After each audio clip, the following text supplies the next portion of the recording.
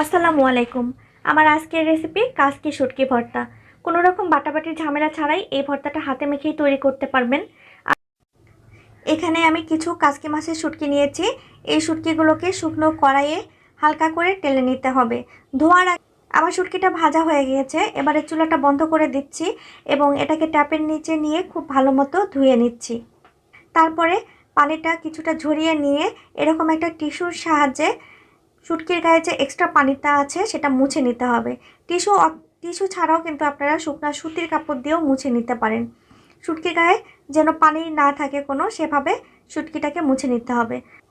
এবারে চুলায় একটা কড়াই বসিয়ে তাতে পরিমাণ মতো তেল দিয়ে প্রথমে শুকনো মরিচগুলো ভেজে তুলে নিচ্ছি।